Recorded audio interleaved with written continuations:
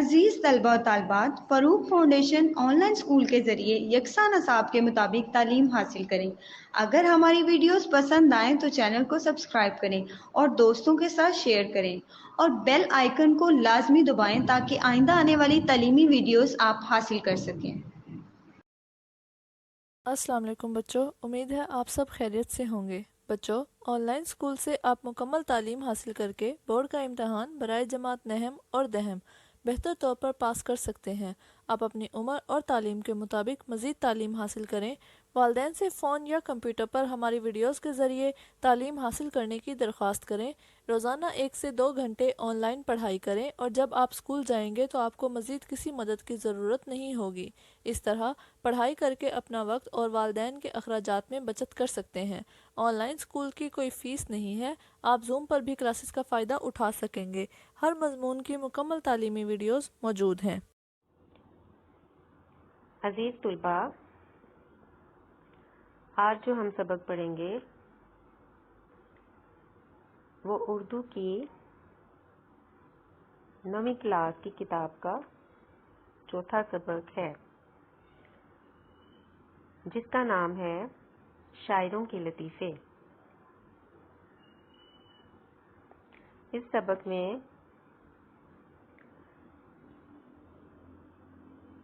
شاعر حضرات کے ادبی لطیفے بیان کیے گئے ہیں، جن کو پڑھ کے یقیناً آپ لطف اٹھائیں گے۔ اس سبق کو لکھنے والے محمد حسین آزاد ہیں۔ سبق کے آغاز سے پہلے کچھ اہم مشکل الفاظ کے معنی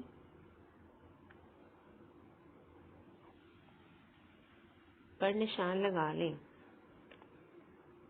اشتیاق، شوق، آرزو، بالیں، سرہانا، پھپھولے، چھالے، تکرار، بحث، ٹک، ذرا، خاطر جمعی، اطمینان، دادا، بچوں کو پالنے والی ملازمہ، کھلائی، جسے ہم آیا کہتے ہیں یا بوا کہتے ہیں۔ زبان درازی، بیہودہ گوئی، شب دجور، تاریک رات، طول کھینچنا، بات کا بڑھ جانا، کسی بات کو بڑھانا۔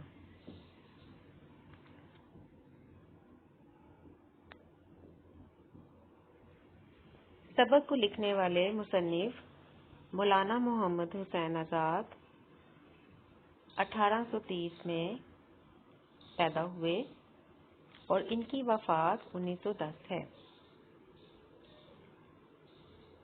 محمد حسین آزاد معروف عالم دین اور صحافی مولوی محمد باقر کے بیٹے تھے۔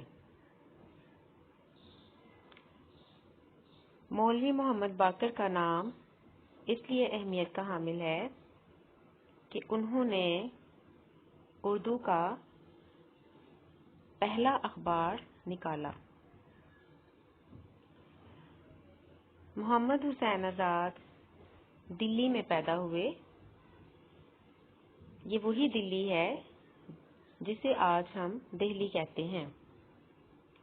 1857 کی ناکام جنگ آزادی کے بعد آزاد کے والد انگریزوں کے ہاتھوں مارے گئے۔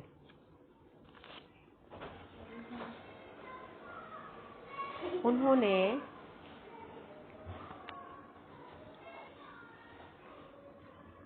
ان پر صحافت میں بغاوت کا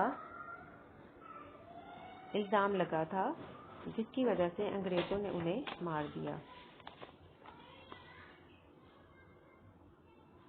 گھر بار لٹ گیا، تلاش معاش میں دلی چھوڑ دی۔